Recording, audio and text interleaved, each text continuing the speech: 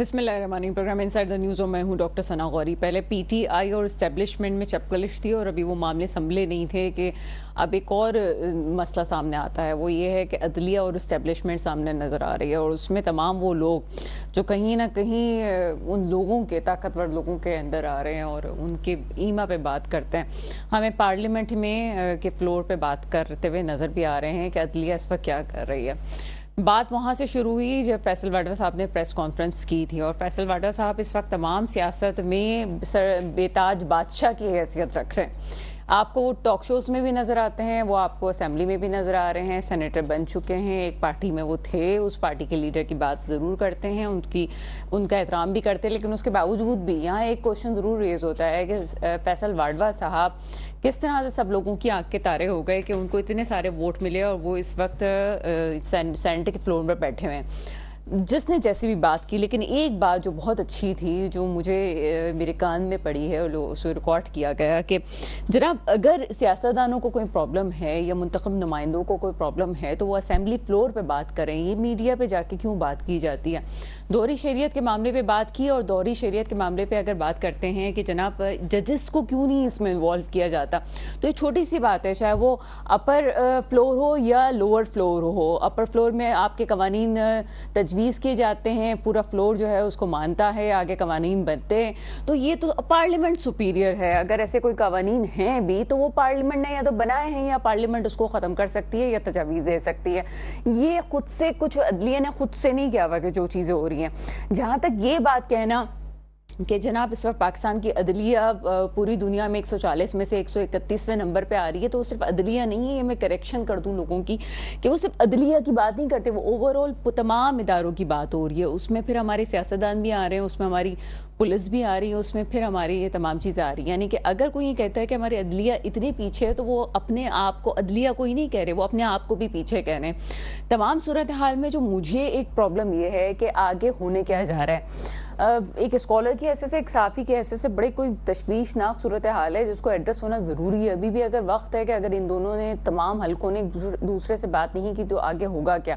एक बहुत positive sign जो अभी हमें नज़र आया है वो परवेज़ इलाही साहब के हवाले से, परवेज़ इलाही साहब की रिहाई और जो है वो भी, और जितने रूपोश रहनुमा थे PTI के वो भी आहिस्ता आहिस्ता करके हमें नज़र आ रहे हैं। अभी क्वेश्चन ये रोज़ हो रहा है कि इस वक्त ही क्यों, ये कौन सा टाइम था कि जिस वक्त ये होने जा रहा है। दूसरी तरफ आगे बजट सेशन है, शायद 6 या 7 जून को बजट सेशन हो जाए। पहले 6 की बात कर रहे थे, अभी मुझे सुनने में आया कि 7 को होने जा रहा है। उन्हीं दिनों में मौलाना फजलुर रहमान और PTI की जो कुर्बत बढ़ रही है उसमें ही देखा जाए सामने जो कयास आराइयाँ हो रही हैं कि वो मिलके धरनों की बातें तो हो रही हैं और कुछ चीज़ें हो भी गई, लेकिन यहाँ जो एक अलार्मिंग सिचुएशन है वो ये है कि बजट इजलास के दौरान कुछ होगा।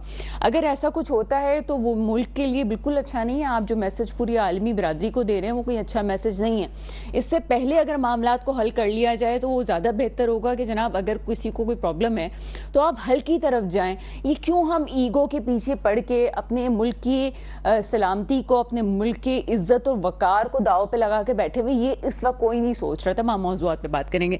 मेरे साथ प्रोग्राम में मौजूद हैं जनाब रज़ाक बाजवा साहब, आपका ताल्लुक पीपल्स पार्टी से है। सर प्रोग्राम में आपको वेलकम करते हैं। शुक्रिया डॉक्टर साहब, थैंक यू। साथ ही साथ मौजूद हैं मुनव्वर मिर्ज़ा साहब, आप तजियाकार हैं। सर प्रोग्राम में आपको वेलकम करते हैं।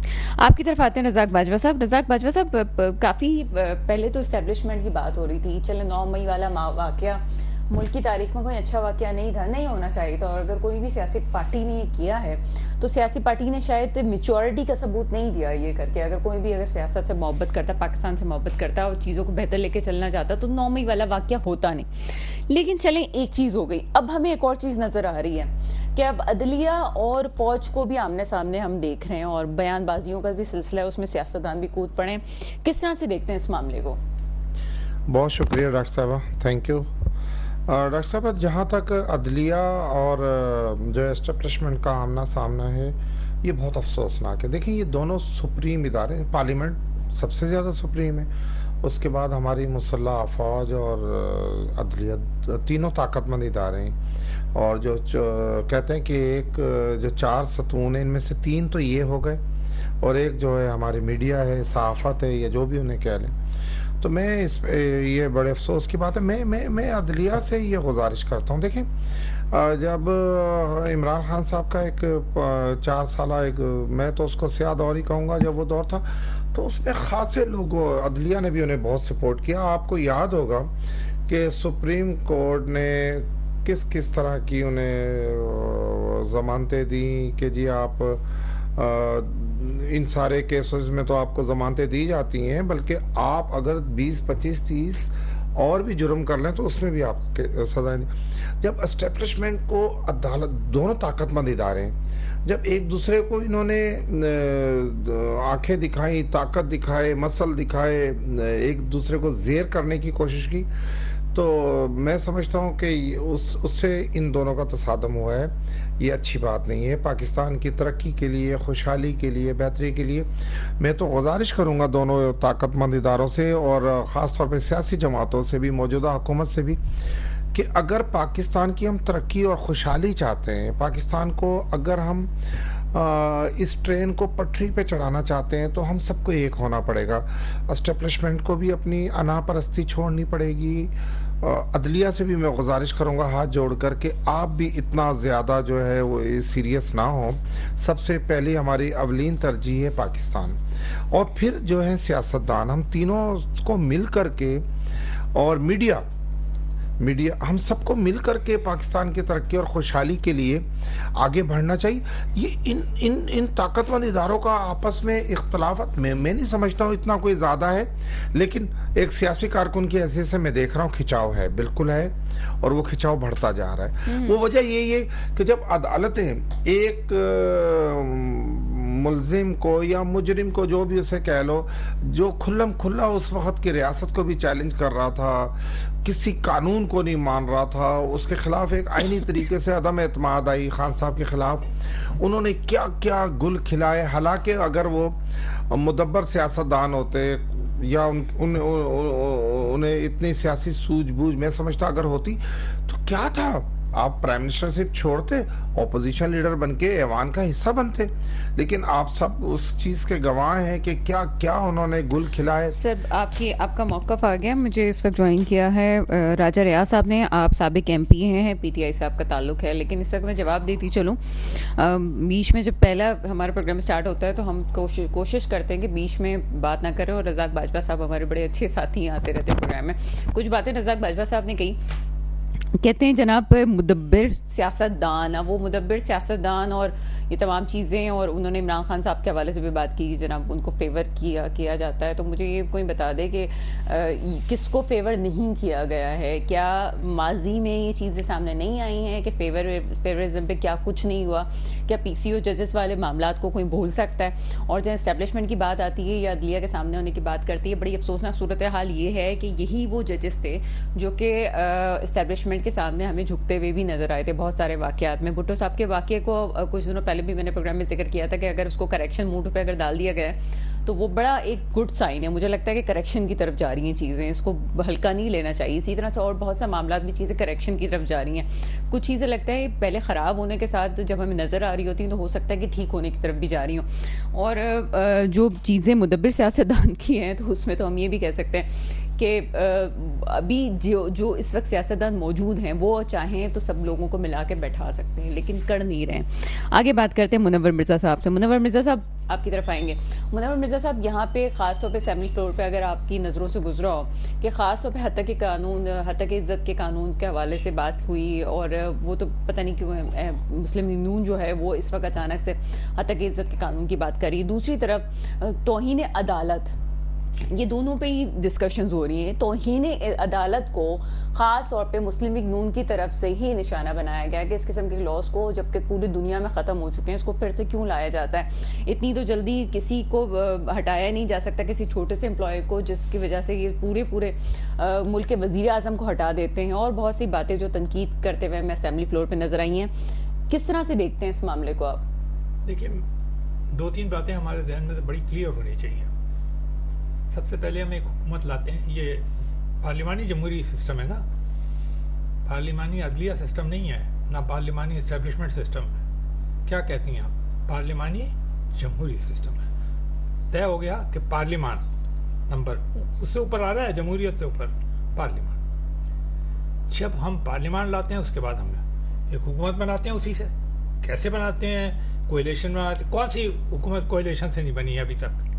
मुझे आप बता दीजिए। जब से ये सेकंड दौर शुरू हुआ है जमहूरियत का, कौन सी हुकूमत ऐसी है जो कोएलिशन से नहीं बनी? तो अगर ये कोएलिशन से बन गई तो कोई ऐसी क़यामत नहीं आ गई।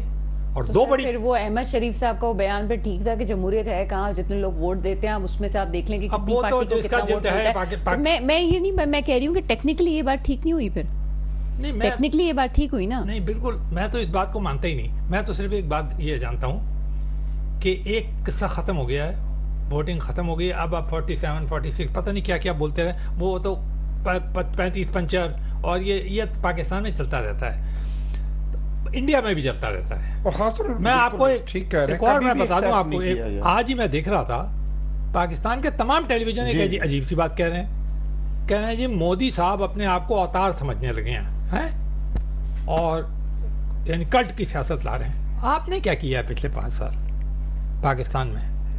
कल्ट की सियासत की या नहीं की? दबा के। और वो अवतार अगर समझते थे, मुझे नहीं मालूम कि ये अवतार समझते थे या नहीं समझते थे। सर मैं एक कम बात आपकी बात को सेकंड करते हुए अभी इन्होंने एक बात की, तो वो अवतार वाली बात करूंगी। वो भी तो कोई अवतार ही थे ना, जिन्होंने इस्लामाबाद में सिंध हाउस में बैठ के जो है वो तहरीक जो चलाई थी, अदम एतमाद की तहरीक चलाई थी। तो वो जो मुदव्विर सियासतदान और पाकिस्तान की बेहतरी की बात करते हैं, तो वो कानूनी और सियासी हक कहाँ से आ जाता है जब MNA इसको खरीदा जाता है, MP इसको खरीदा जाता है? यही मैं गुजारिश कर रहा हूँ। अच्छा, दूसरी बात आपने जो की है वो असल में कवानीन की है। हमारी अफसोसनाक हमें तकलीफ होती है जहाँ हुकूमत के ऊपर ये इल्ज़ाम लगता है, सियासी जमातों पे इल्ज़ाम लगता है, ख़ासतौर पे बड़ी पार्टियों पे इल्ज़ाम लगता है। बहुत सारे, कोई कहता है बेच लिया, खरीद लिया, पता नहीं क्या क्या, जो चाहा आपने इल्ज़ाम लगा दिया, लेकिन कोई साबित ना हुआ। तो फिर दूसरी तरफ आई इस्टेब्लिशमेंट पे भी इल्ज़ाम लगता है, और हकीकत है कि उन्होंने भी 30-40 साल इसमें ऐसा काम किया है। आधा पीरियड उनका था। जी बिल्कुल। उन्हें वो राइट नहीं था, उन्होंने आइन के खिलाफ वर्जी की। लेकिन तीसरी तरफ अगर अदलिया का भी देखें किरदार, तो अगर मौलवी तमीज़ुद्दीन से लेकर आज तक ये नज़रिया ज़रूरत कौन लाया था? शरीफुद्दीन पीरज़ादा साहब लाए थे, जो कि पाकिस्तान के चैम्पियन वकील समझे जाते थे। वो किताबें पे किताबें उन्होंने लिखी हुई हैं। नज़रिया ज़रूरत मैंने पहले भी आपके प्रोग्राम में अर्ज़ किया था, जिसने इजाद किया था उसने कान पकड़ लिया, उसने कहा खुदा के वास्ते इसे कभी इम्प्लीमेंट ना करना। कहाँ इम्प्लीमेंट हुआ जाकर? पाकिस्तान में इम्प्लीमेंट। और क्या इम्प्लीमेंट किया आपने? मार्शल लॉ की हुकूमतों को जस्टिफाई करने के लिए। अगली बात, मैं एक और बात कहता हूँ, फिर ये सारी बार काउंसिल्स, सारी स्टैट्यूटरी बहुत मोहतरम लोग हैं, बिल्कुल हम इनकी इज्जत करते हैं। सर मैं बड़ी इंटरेस्टिंग बात कर रहा हूँ, मैं चाहती हूँ कि इसको बाकायदा डिस्कस करूँ, लेकिन मुझे यहाँ पे एक ब्रेक का कहा जा रहा है। एक छोटा सा ब्रेक लेते हैं, ब्रेक के फौरन बाद आपके सामने हाजिर होते हैं। ब्रेक के बाद आपके सामने हाजिर हैं। और सर आप बात कर रहे थे कुछ इस हवाले से। जी बिल्कुल, गुजारिश है कि चलिए नज़रिया ज़रूरत पर ख़त्म हो गया, हमने कहा मुशर्रफ तक गया, मामला ख़त्म, लेकिन नहीं, फिर जुडिशियल एक्टिविज्म शुरू हो गई। यूसुफ रज़ा गिलानी साहब को जिस तरह उतार के फेंका गया, ख्वाम तौहीन अदालत के मामले के अंदर, 1 मिनट की सजा दी थी, कोई तुक नहीं बनता था, उसकी वजह से आपने उठा के फिर सेकंड वाले को भी फेंक दिया उठा के, उसके बाद फिर नवाज शरीफ को भी फेंक दिया उठा के। यानी इतनी एक्टिविज्म, ये तो सुपर एक्टिविज्म है, हाइपर एक्टिविज्म कहलाएगी। फिर रिकॉर्डिंग के मामले के अंदर $6 अरब का फाइन करवा दिया। उसके लिए पाकिस्तान ने किस जगह जाके मिन्नत नहीं किया आउट ऑफ द कोर्ट। नहीं, $6 अरब का अगर फाइन हो जाता और आपको देना पड़ता, दे सकते थे आप, सारी कौम ही गर्क हो जाती उसमें। मगर किसी जैसे पूछा किसी ने कि भाई ये किस चक्कर में तुमने मईशत के अंदर टांग अड़ा दी? अच्छा, यहाँ भी ख़त्म नहीं हुआ, सब मुअज़्ज़ज़ हैं, बहुत मुअज़्ज़ज़ है। फिर उसके बाद हस्पताल, डिज़ाइनर, लिवर इंस्टीट्यूट्स, चलिए केसेस को तो मैं भूल गया कि वो सियासी थे क्या नहीं थे, किसने दखल, मैं बिल्कुल भूल गया। डैम फंड इकट्ठे करना शुरू कर दिए मैनचेस्टर जाके। सर मेरे अब आप मुझे आप ये बता दीजिए, आपने ठीक है, मैं बात की, ये भी एक बात कर रहे थे, आपने भी बात की, और ऐसा नहीं है कि इमरान खान साहब को भी सजाई नहीं हो, ऐसा नहीं हो कि किसी और को सजाई नहीं हो, और ऐसा नहीं हो कि 12 बजे अदालतें नहीं खुली हैं, और ऐसा नहीं है कि ये तमाम चीज़ें हमने ड्रामे अपने आंखों से नहीं देखे जो कुछ हुआ है। हर किसी का जब हमारे जिस पार्टी के हक में फैसला आता है तब अच्छा हो जाता है, और कुछ चीज़ें हमें पता है तारीख नौयत पे शदीद धब्बा है पाकिस्तान के ऊपर जुडिशल पे। लेकिन एक क्वेश्चन जो मेरा रेज होता है वो कि इदारों के असूल होने चाहिए, लोगों से फ़र्क नहीं पड़ना चाहिए। ऐसा लगता है कि पिछली दफ़ा इस्टेब्लिशमेंट में कोई और लोग महरक़ात थे तो उनके फैसले, उनकी बातें कुछ अलग थी, तो हम उस दौर को देखते हैं। अदलिया में कोई अलग महरक़ात थे और इस दौर में अलग महरक़ात हैं। इन तमाम चीज़ों के बदलने से, ठीक है, सियासत में तो हम समझ सकते हैं, लेकिन इदारों में बदलने से क्या कोई फ़र्क पड़ सकता है? सर, मैं आपकी तरफ आऊँगी, आप क्या जवाब देंगे इसका? रज़ाक बाजवा साहब, कानून होना चाहिए, ये क्या लोग बदलते हैं तो लोग बदलने के साथ उनकी सियासी वाबस्तगियाँ बदल जाती हैं? जी डॉक्टर साहब, बिल्कुल आपकी बात 100% दुरुस्त है, इसमें बिल्कुल इत्तेफाक करता हूँ। ये बड़ा हमारी पाकिस्तान में एक ऐसा अलमिया है कि अगर आर्मी चीफ चेंज होता है तो सारी पॉलिसियाँ चेंज हो जाती हैं, अगर chief justice of supreme court change होता है तो सारी पॉलिसियाँ चेंज हो जाती हैं, और अगर प्राइम मिनिस्टर का जो हमारे यहाँ अक्सर तजर्बा किया जाता है चेंज करने का, तो ये बिल्कुल आपकी बात 100% दुरुस्त है कि इदारे अपनी जगह मौजूद रहने चाहिए। जो मुल्क की मफादात के काम है, जो मुल्क को संभाला देने वाले, अच्छा रज़ाक बाजवा साहब, उन्हें मैं समझ चेंज रही हूँ बिल्कुल आप क्या आपकी बात कर रहे हैं, लेकिन मैं आपसे खास तौर पे इसलिए ये बात पूछी क्योंकि आप पॉलिटिशियन हैं। क्या ये पार्लियामेंट का, उन पॉलिटिशियंस का काम नहीं है जो पूरी आवाम को रिप्रेजेंट करते हुए, अब 47-45 को पीछे छोड़ दें, मैं उस पर बात ही नहीं कर रही हूँ, पूरे मुल्क, पूरे अवाम को, अवाम की ताकत को प्रेजेंट करते हुए पार्लियामेंट में बैठते हैं, कानून साजी तो उनका हक है ना, असल तो उनको बोलना चाहिए। वो क्यों फिर किसी के पास यहाँ वहाँ चले जाते हैं, वो क्यों इदारों के अंडर आ जाते हैं और बात करते हैं जनाब ये वो कानून पास करें ना, प्रैक्टिस एंड प्रोसीजर बिल हो गया ना, अब तो वो भी करवा लिया पार्लियामेंट ने। देखिए डॉक्टर साहब, 1947 में पाकिस्तान अल्हम्दुलिल्लाह वजूद में आता है। मेरा ख्याल 1952 या 1 में आप देखिए अयूब खान साहब पाकिस्तान का जो आर्मी चीफ बनते हैं, और वो 91 से लेकर 68 तक वो इस मुल्क पे आर्मी चीफ भी रहते हैं, वो इस मुल्क के सदर ममलिकत भी रहते हैं, वो इस मुल्क के सब कुछ हो। आप देखें कि ये मुल्क जैसे जन्म लेता है, इस पर एस्टेब्लिशमेंट कह लें या जो भी आप उसे नाम दे दें, कि देखो उनका गालबा है, उनकी ताकत, उन्होंने देखिए ना, आपकी उम्र ही कितनी थी? 3 साल थी पाकिस्तान की उम्र, या 4 साल थी, और आकर के आप देखें 16-17 साल अयूब खान इस मुल्क के करते धरते मालिक रहे। अच्छा, उसके बाद अयूब खान साहब इस्तीफा देते हैं या उनसे अवाम की ताकत से लिया जाता है। उसके बाद कुछ अरसे के लिए जमहूरी हुकूमत आती है, फिर उसके बाद शायद यहिया खान साहब तशरीफ लाए, उसके बाद फिर भुट्टो साहब की हुकूमत बनती है, भुट्टो साहब कुछ अरसे के लिए, आप देखें फिर 10 साल वो भुट्टो साहब भी थे जी, आप देखें कि 10 साल फिर ज़िया-उल हक साहब आते हैं, फिर 10 साल परवेज मुशर्रफ साहब, तो आप लगा लें कि आप इन चीज़ों से आप, हमारा मुल्क जो है वो अलग नहीं रह सकता। यहाँ पर एस्टेब्लिशमेंट का एक जोर है, एक ताकत है, ये एक हकीकत है। हमें उनके साथ सियासतदान क्या करते हैं? सियासतदान जैसे आज पाकिस्तान पीपल्स पार्टी की गवर्नमेंट मिलती है तो नून लीग साजिशें शुरू कर देती है, नून लीग को मिलती है तो तहरीक इंसाफ शुरू कर देती। ये मौका सियासी, मैं इसमें अपनी बिल्कुल खता, अपना गुनाह, अपनी गलतियां मैं सियासतदानों की मानता हूं कि सारे के सारे एस्टेब्लिशमेंट के मोरे बनने को तैयार है, सारे के सारे लेटने को तैयार, ये आप हमें बस रिलीफ दें, आप मुझे आगे लेकर। तो ऐसा मेरा ख्याल है कि अब हम सबको एहतियात करनी चाहिए।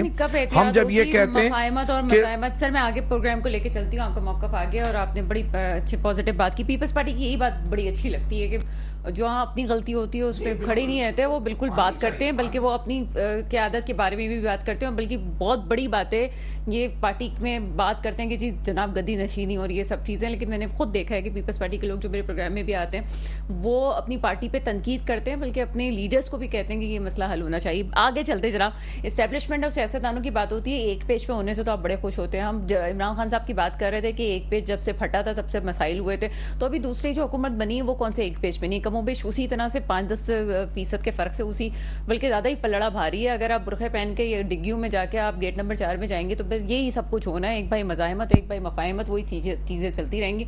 और अभी भी मज़े की बात यह है कि अचानक से दूसरे भाई को ये मज़ाहमत क्यों याद आ रही है और अचानक से कुछ मखसूस जजेस से क्यों याद आ रहे हैं, ये इंपॉर्टेंट बातें, कुछ बात लंबी हो जाएगी, मुझे दूसरे टॉपिक की तरफ जाना है और मैं आपकी तरफ आऊँगी। मुनव्वर मिर्ज़ा साहब, मुनव्वर मिर्ज़ा साहब, गंदुम बुरहान पे बात कर लेते हैं कि बात हो रही थी कि हमने अपने प्रोग्राम में कहा था कि जो हुआ सो हुआ। यहाँ पे हम रिकॉर्ड की आपने बात की और आपने एक फिगर कोट किया कि इतना नुकसान हुआ।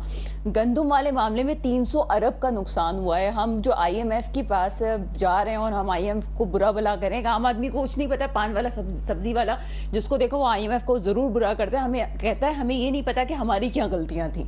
अब इस सूरत हाल में जब हम मजबूर हो गए कि हमें सब कुछ करना है, बजट भी उन्हीं से बनवाना पड़ रहा है, इन हालात में गंदुम वाले मामले में 300 अरब का घपला होता है और आखिर में जब रिपोर्ट आती है तो मट्टी पाव से ज़्यादा वो रिपोर्ट लग नहीं रही, क्योंकि चंद ब्यूरोक्रेट्स को उसका नुकसान जिम्मेदार ठहराया गया है, जबकि साइनिंग अथॉरिटी जो होती है वो लोग होते हैं जो कि उसमें हुकूमत वक्त में होते हैं। इस वक्त बिल्कुल ग्रीन चिट दे दी गई है जो हमारे निगरां दौर में जो लोग थे।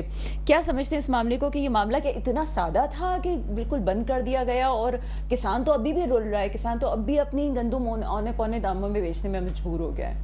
देखिए, एक दो तीन तकलीफदेह हकीकतें हैं, इनको भी सामने ले आना चाहिए एक दफ़ा। टैक्स नेट के अंदर एग्रीकल्चर सेक्टर पाकिस्तान में बिल्कुल नहीं आता। ठीक है, सिर्फ तनख्वाहदार तबका जो है या ताजिर तबका वो आता है। अब जब फसल खराब होती है और प्रॉब्लम होता है तो उनको रिलीफ, सब्सिडी, यूरिया वगैरह और देना भी चाहिए, वजह कि हम पे पड़े। लेकिन एक इंतहाई तकलीफ बात यह है कि कहते हैं कि Pakistan is an agricultural country, यही जुमला बोला जाता है ना यहाँ पर, लेकिन पाकिस्तान के 50% से ज्यादा एग्रीकल्चरल कंट्री होने के बावजूद लैंड पे टैक्स भी नहीं है। पाकिस्तान अपनी आबादी के लिए खुराक पूरी नहीं कर पाता और लैंड पे भी टैक्स नहीं है। आपको यूक्रेन से मंगाना पड़ता है, आपको रशिया से मंगाना पड़ता है। मंगाना पड़ती है तो कोई इस दौर में थोड़ी मंगाया गया है, या निगरान हुकूमत के दौर में थोड़ी हुकूमत मंगाया गया है, नहीं।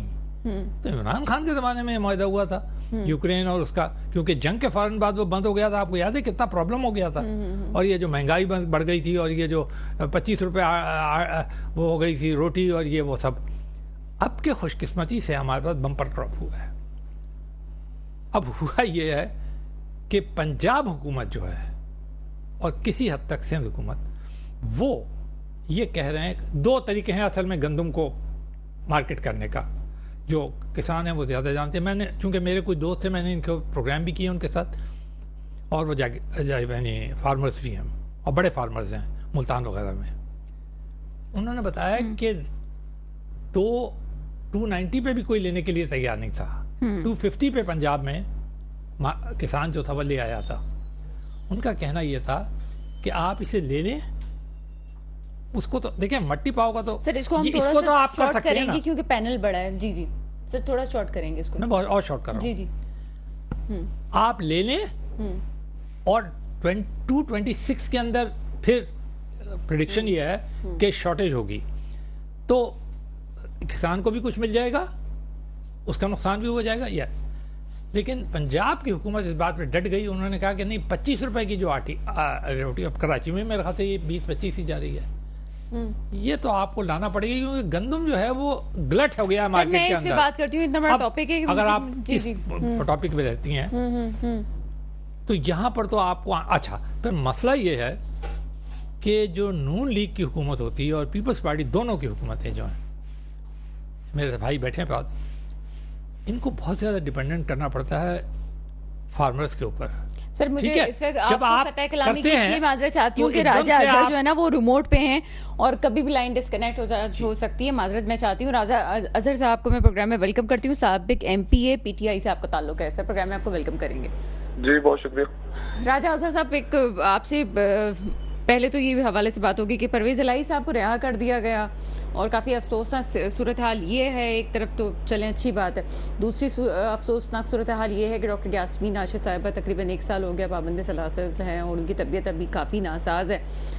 काफ़ी आपके रहनुमा हमें बाहर भी नज़र आ रहे हैं अब, और साथ ही साथ रऊफ़ हसन साहब पे हमला और उनकी अब उन्होंने प्रेस कॉन्फ्रेंस भी की है कि क्या मामला चल रहे हैं, क्या ये हम समझें कि फिर मुज़ाकरात की तरफ चीज़ें चल रही हैं या फिर से वो एक जो सियासत का रुख होता है कि रस्सी खींचने वाला वो सब कुछ हो रहा है?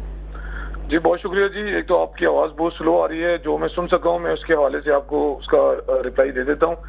बिल्कुल जी, बड़ी खुशाइन बात है। हमारे पाकिस्तान तहरीक इंसाफ के सदर जो है, कल हाई कोर्ट के हुक्म के ऊपर उनको जमानत मिली है और वो जमानत पर जो है वो रिहा हो चुके हैं।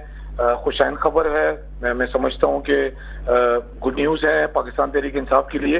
लेकिन देखिए, कुफर का निज़ाम चल सकता है, जुल्म का निज़ाम नहीं चल सकता। आप कितना जुल्म करेंगे, कब तक जुल्म करेंगे? आपने देखा 9 मई के बाद इस वक्त 9 मई से लेके 8 फरवरी तक जो पाकिस्तान तहरीक इंसाफ के लिए और पाकिस्तानी वोटर्स के लिए सूरत-ए-हाल पैदा की गई, वो सब आपके सामने है। मीडिया हर एक चीज की जो है ना खबर देता रहा है और अवेयरनेस कैदी नंबर 804 ने इतनी ज्यादा दी थी कि 8 फरवरी को लोगों ने पाकिस्तान तहरीक इंसाफ के आजाद उम्मीदवारों को के सैंपल्स को ढूंढ के उनके इंतखाबी निशान के ऊपर स्टैंप लगा के साबित किया कि पूरी पाकिस्तानी कौम कैदी नंबर 804 के साथ खड़ी है। दूसरी तरफ आपने कहा डॉक्टर यास्मीन राशिद साहबा, बिल्कुल वे खातून है, एक कैंसर पेशेंट है, लेकिन आपने साथ ये भी देखा होगा कि पाकिस्तान तहरीक इंसाफ के किसी भी कैदी ने ये नहीं कहा कि जी मुझे मेरे वाइट सेल्स कम है या मैंने बाहर जाके इलाज कराना है, या कुछ इस तरह की बात नहीं की जो माजी के हमारे सियासतदान करते रहे हैं। तो मैं समझता हूँ नेक शगुन है, कुछ खुशाइन शगुन है, हम फेस कर रहे हैं, क्योंकि हम चोर नहीं है, हम लुटेरे नहीं है। हमने 9 मई की मजम्मत की। हम साथ ये भी कहते हैं कि जिन्होंने 9 मई की है उनको सजाएं ना दें, उनको सरेआम लटकाएं, बाकायदा जुडिशल कमीशन बनाएं, हाजिर सर्विस जज की मौजूदगी में। पूरी कौम को पता चलना चाहिए कि 9 मई करने वाले कौन लोग थे। सर, दूसरा मेरे सवाल का दूसरा हिस्सा था रऊफ हसन साहब के हवाले से। हमला होता है और आज प्रेस कॉन्फ्रेंस भी होती है, वो कहते हैं जनाब कुछ भी हो जाए मैं इमरान खान साहब के साथ ही खड़ा रहूँगा। लेकिन क्या समझते हैं कि ये वाकई ख्वाजा सराओं ने हमला किया होगा? वो तो कह रहे जनाब बड़े ट्रेन किस्म के लोग थे। देखें, पहले तो मैं इसकी सख्त अल्फाज में मजम्मत करता हूँ। हमारे एक पाकिस्तानी सीनियर जो है ना वो रहनुमा है पाकिस्तान तहरीक इंसाफ के, और अब इन हरकतों पे आ गए हैं कि पुलिस इनसे बेबस हो चुकी है, हमारे इदारे जो है मुख्तदर इदारे जो है बेबस हो चुके हैं। अब ट्रांसजेंडर्स को जो है ना यूज किया जा रहा है, और उसके हवाले से कल रावलपिंडी एसोसिएशन की तरफ से मजम्मत आ चुकी है। हम ये देखते हैं कि सोशल मीडिया के ऊपर जो वीडियो हमें नजर आई है उसके अंदर ट्रांसजेंडर हमें शायद 1 या 2 होंगे, लेकिन 2 प्रॉपर उसके अंदर मेंस हैं। एक प्रॉपर आदमी जो वीडियो बना रहा है, जो नीचे झुक के सामान उठाता है, आया ये तहकीकाती इदारों को नजर नहीं आता ये कौन लोग हैं कौन नहीं है? आजकल बच्चे को पता चल चुका है, अवेयरनेस आ चुकी है, ये कदम कहाँ से उठते हैं, कौन ये इकदाम करा रहा है। क्योंकि 2 दिन पहले रऊफ हसन साहब ने प्रेस कॉन्फ्रेंस की थी, बाकायदा क्लियर मैसेज दिया था। देखें, ये हमारा भी स्टांस है कि स्टैब्लिशमेंट का काम नहीं है कि वो सियासत के अंदर इन्वॉल्व हो। स्टैब्लिशमेंट का जो काम है वो सग रहे, जमहूरियत के जो हुस्नदान सियासतदान है, जमहूरियत को जमहूरियत के लोगों से चलाएं, और जो हमारी स्टैब्लिशमेंट है वो अपनी लिमिट्स में रहते हुए काम को चलाएं। तो सर आप फिर अपनी गलती मान लेना कि माजी में आपको बड़ी, ये भी तो पीटीआई के लिए बड़े एजाज की बात हुआ करती थी कि आपके बड़े अच्छे ताल्लुकात थे, नहीं करना चाहिए था ना उस वक्त जब आप इख्तियार में थे? देखें, ताल्लुकात जब अच्छे थे तो अच्छी हमने उनको अप्रिसिएशन भी की। हमारी तो बात पे कोई यकीन नहीं करता था। अभी तो ये कहा गया कि 2013 और 2018 में आपको लाने वाले ये लोग हैं। चले मैं 2 मिनट की बात मान लेता हूँ कि हमें लाने वाले ये लोग थे, तो 2024 में क्या हुआ? 2024 में तो ये हमारे साथ नहीं थे ना। उसके बावजूद हमें फॉर्म 45 के मुताबिक पूरे पाकिस्तान से हमने सीटें विन की हैं। मतलब जब एक आप मीडिया से आपका ताल्लुक है, आप अच्छा काम करेंगे तो डेफिनेटली आपको अप्रिसिएशन होगी। अच्छा सर, मुझे करेक्ट कीजिएगा, अब आपको मेरी आवाज आ रही है? ठीक है सर, मुझे करेक्ट कीजिएगा, क्या इमरान खान साहब को वोट आपकी पीटीआई की कारकर्दगी की वजह से मिला है जो आप गवर्नमेंट में थे उस वक्त, या पूरे सिस्टम से आजिज आके जो है पीटीआई को वोट दिया गया है कि जनाब वो सिर्फ इमरान खान की फेवर नहीं थी, वो पूरे सिस्टम से जो नौजवान नस्ल है वो बगावत चाहती है? नहीं, बगावत के कौन हामी है? बगावत के तो कोई हामी नहीं है। इमरान खान साहब ने सारे काम गलत तो नहीं किए, इमरान खान साहब ने अपनी हुकूमत में सारे काम अच्छे भी नहीं किए, लेकिन लोगों को नजर आ चुका था। देखिए, जब हमें हुकूमत मिली है तो हम -40,000 अरब के कर्जे पे मुब्तला थे, हम 0 पे या प्लस पे नहीं थे। फिर उसके बाद कोरोना आ गया, उसके बावजूद पूरी दुनिया ने पाकिस्तान की हुकूमत को और मैशियत को माना कि कोरोना के अंदर रहते हुए पाकिस्तान वो वाहिद मुल्क है जिन्होंने अपनी मैशियत को कंट्रोल रखा, जिन्होंने दिहाड़ीदार तबके के लिए आवाज भी उठाई और उनको फैसिलिटेट भी किया। लेकिन जब 2021-22 के अंदर मैशियत बेहतर होने लगी तो एक साइफर आ जाता है। साइफर कौन लेके आता है? वो एब्सोल्युटली नोट के बाद ऐसी क्या तब्दीली इनको जरूरत पड़ गई कि भाई इन्होंने निजाम को चेंज करने की कोशिश कर दी। चले मैं ये भी मान लेता हूँ जी, इमरान खान ने हो सकता है हुकूमत की कारकर्दगी अच्छी ना की हो। क्या हम पे अभी लोग मुसल्लत किए हैं, क्या वो पाकिस्तान के साथ मुखलिस हैं? क्या वो 2-2 3-3 दफा बारियां लेके नहीं बैठे हुए? अगर वो इतने मुल्क के साथ मुखलिस होते तो आज हम इतने अरबों रुपए के कर्जों में क्यों डूबे हुए हैं? आज हम 1100 अरब रुपया जिस वज़ीर-ए-आज़म को हम नहीं मानते, जो चोर वज़ीर-ए-आज़म हम पे मुसल्लत किया गया है, क्या उसके अलावा कोई अच्छा बंदा नहीं था इस पाकिस्तान के अंदर कि जो हमारे मुल्क की बेहतरी के लिए सोचता? उन्होंने तो आते साथ ही अपने करप्शन के केस खत्म करवाए, 1100 अरब रुपए माफ करवा दिया, अल्लाह खैर चला, भतीजी को जो है वज़ीर आला बना दिया। अच्छा, मेरे साथ ही रहिएगा राजा अजहर साहब, यहाँ पे रज़ाक बाजवा साहब मौजूद हैं, उनसे भी मैं आपकी बातों पे ही बात करूंगी। ये मुसल्लत करने वाली बात होती है, मुझे तो इस बात पे ही पहले एतराज़ है कि ये मुसल्लत करना क्या चीज़ होती है, चाहे वो पीटीआई पे इल्ज़ाम लगता है 2018 की गवर्नमेंट का या आज की गवर्नमेंट पे बात हो रही होती है, ये अवाम की ताकत कहाँ है? फिर ये क्या चीज़ है? फिर तो वही बात है कि फॉर्म 47, 45 उसी पे ही हम उलझे रहेंगे, कोई जमहूरियत नहीं है। वही बात है, वो जो ISPR का बयान आया था वो फिर उसको मैं ठीक ही मान लेती हूँ। जमहूरियत क्या है? इतने आपके अवाम है, इतने ने आपने को वोट दिया, इतने में आपका वोट तकसीम हो, तो मुझे बता दे जमहूरियत का है। मुझे तो बड़े लॉजिकल लग रही है बात। डॉक्टर साहब, मैं राजा साहब मेरे भाई हैं, बड़े मोहतरम हैं, हमने इकट्ठा काम भी किया है, बहुत अच्छे इंसान हैं। मैं इनसे ये सवाल करता हूँ, कौन कहता था कि एम्पायर की उंगली उठने वाली है? कौन कहता था कि आर्मी चीफ कौम का बाप है? ये हमने तो नहीं कहा ना। एस्टेब्लिशमेंट को कौन इतना सपोर्ट कर रहा था? आपको एस्टेब्लिशमेंट सपोर्ट कर रही थी, आप ये और जब तक एस्टेब्लिशमेंट ने आपको सपोर्ट नहीं किया था, मुझे बताएं तो क्या था खान साहब के पास? क्या था? अकेली एक सीट थी मियाँ वाली की। जब एस्टेब्लिशमेंट के साथ उनके ताल्लुकात बने तो उन्हें 27-28 सीटें दी गई और एक साथ में KPK भी दे दिया। मैं तो बदकिस्मत सुबह वो कहता हूँ कि तीसरी मर्तबा वो चीफ मिनिस्टर है वहाँ पर PTI। सर, यहाँ थोड़ी सी ज्यादती आप कर रहे हैं। इमरान खान साहब की अपनी भी पर्सनैलिटी है जिसको पाकिस्तानी के दिलों में वो बसते हैं, एज अ क्रिकेटर भी बसते थे। नहीं, तो मुझे बताएं ना, मियां वाली की सीट पे थे और कौन सी सीट थी उनके पास? देखिए, ये बात ये ठीक है, लेकिन ऐसा नहीं है कि उनके पीछे साथ अवाम पहले या कुर्बत से पहले मुझे बता देना क्या था मियां खान साहब के पास जब एस्टेब्लिशमेंट ने उन पर हाथ रखा? देखो, ये है तो हकीकत है, ये तो हकीकत है, ये तो इससे तो इनकार नहीं किया जाता। तो आज उस वक्त की एस्टेब्लिशमेंट ठीक थी और आज की क्यों खराब है? देखिए, एस्टेब्लिशमेंट ने पूरा साथ दिया इनका। मैं आपको बिल्कुल एक न्यूट्रल पाकिस्तान की असर, जब इन्हें नहीं चलाना आया मुल्क, जब इनसे नहीं संभला मुल्क, आप 3.5 साल या 4 साल की कारकर्दगी, हाँ, आप पूछ लें, 0/0। वो जी फलाना इतना था, हमने इतना कर दिया, हमने इतना दे दिया, हमने इतना ले लिया, इतना कुछ नहीं है इनके पास। आप बताएं ना कि कोई as a prime minister Imran Khan ने कोई एक वायदा पूरा किया हो? हैदराबाद की यूनिवर्सिटी के 4 पत्थर रखे खुदा, यानी ये सब टोपी ड्रामा, सारी नौसरबाजी। अब जब एस्टेब्लिशमेंट ने देखा कि मुल्क डिफॉल्टर होने की तरफ जा रहा है, तो मैं बिल्कुल आपके चैनल पर कह रहा हूं कि एस्टेब्लिशमेंट की काविशों से फिर सियासी जमातों को तैयार किया गया, भाई आए अपना मुल्क संभाले, वरना ये तो जा रहा है सब कुछ। तो हाँ, सर, ये भी गलत था, ये भी गलत था, बिल्कुल ठीक, लेकिन सबसे अवलीन तरजीह पाकिस्तान। अगर ये कहा गया कि हम बीच में नहीं पड़ेंगे और आपको जो करना है करें, और जो जिस तरह से गवर्नमेंट गई है वो भी गलत है। अगर कोई, हाँ ठीक है, वो तो आईनी तरीके से गई है। अदम एतमाद आई है पाकिस्तान में, पहली अदम एतमाद है जो मुकम्मल तौर पर कामयाब हुई। बेनज़ीर भुट्टो के खिलाफ भी आई थी, लेकिन वो तो उस वक्त नाकाम हुई, हालांकि एस्टेब्लिशमेंट उस वक्त के साथ ही। लेकिन ये भी कहना कि हम न्यूट्रल हो गए और आपको जो करना है करें, जाहिर सी बात है सपोर्ट थी तभी। देखिए जी, न्यूट्रल ना कभी एस्टेब्लिशमेंट थी, ना कभी रहेगी। ऐसे ही नहीं हुआ था कि सिंध हाउस में ऐसे ही लोग जमा हो गए थे। बिल्कुल आप इसको कानूनी तौर पे कह सकते हैं, लेकिन जो गलत है वो गलत है। अखलाकी तौर पे भी कुछ चीजें गलत हो सकती हैं।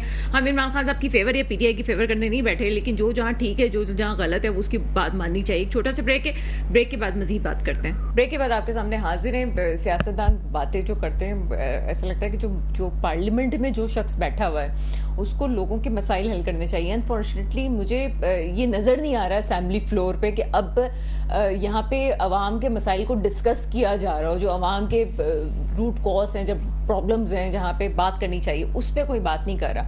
अभी तक हमें इदारों के दरमियान मसाइल नज़र आ रहे हैं, अभी तक हमें ये नज़र आ रहा है कि जनाब किस पार्टी ने क्या किया और कुछ जो इदारे लड़ रहे हैं, ये तमाम चीज़ें हो रही हैं, मसले के हल की तरफ नहीं जा रहे। जबकि हमारे पास इस वक्त तवानाई का बहरान, एक और बहरान खड़ा होने जा रहा है और आगे मजीद चीज़ें आएंगी, लेकिन उस पर बात नहीं हो रही। एक और चीज़ जिस पर बात हुई और मौजूदा गवर्नमेंट इस पर बड़ी खुश है कि हम निष्कारी की तरफ जा रहे हैं। निष्कारी की तरफ जाना ठीक है जनाब, आपसे अगर कुछ नहीं हो रहा है तो आप निष्कारी कर सकते हैं, इसमें कोई इतनी बुरी बात नहीं है।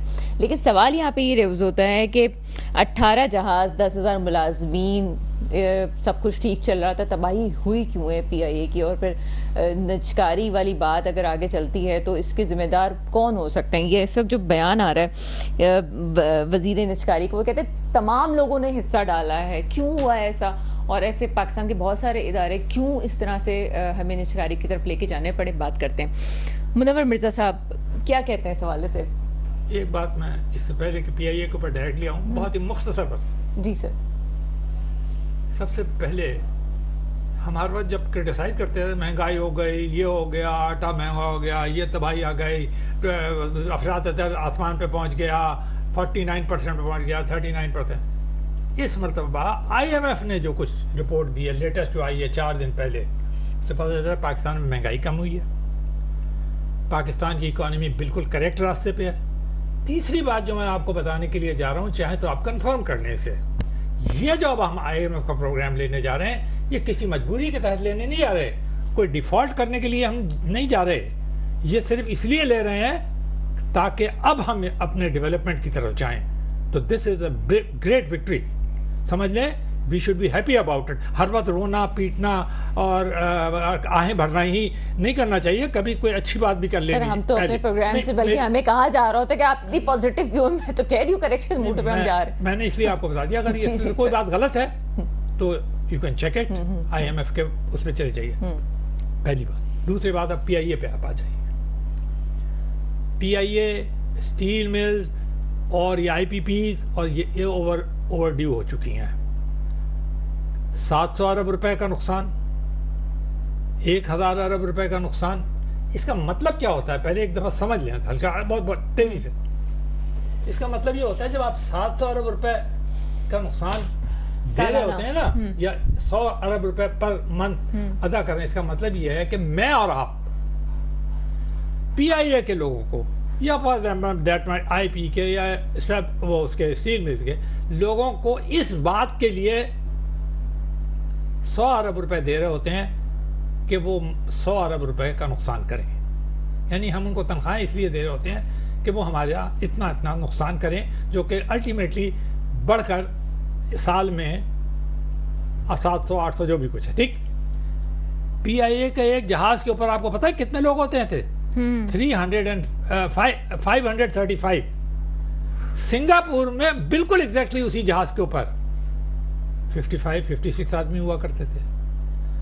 हमने बगैर सोचे समझे लोगों ने, मैं यूनियनिज्म पे नहीं जाता, मैं और दूसरे मामलात पे नहीं जाता, मैं ये कहता हूँ रोजगार को कोशिश करनी चाहिए कि रोजगार जो है बहुत ज्यादा अफेक्टेड ना हो लोग, क्योंकि रोजगार पाकिस्तान का सर वो तो होने जा रहे हैं। देखिए ऐसी बात नहीं है, जो चीजें, क्या मार्garet थैचर ने इतना जबरदस्त प्राइवेटाइजेशन का कैंपेन किया था तो क्या इंग्लैंड में सब बेरोजगार हो गए थे? सर मुझे एक बात ये भी तो देखे ना, ये बात का जवाब आपने एक बात, मुझे मुझे मेरे दिमाग में जो चीज निकल जाएगी, यहाँ पे क्वेश्चन जो रेज हो रहा है वो आप मुझे इसका जवाब दे दें। हम फौरन रोना शुरू हो जाते हैं कि जनाब नौकरियां चली गई, स्टील मिल्स में भी हमने देखा है, और KPT में भी हमने देखा कि वहां पे भी जो मुलाजमीन के साथ। मैं ये कहती हूँ कि जब ये भर्तियां हो रही होती हैं उस वक्त क्यों ये करप्शन का इज़्ज़वाले अखलाक तो आप ही शुरू करते हैं, उसके बाद जब आपको निकाला जाता है तब आपको बुरा लग रहा होता है। बिल्कुल सही बात है, पहली बात आपकी सही है, लेकिन दूसरी बात ये है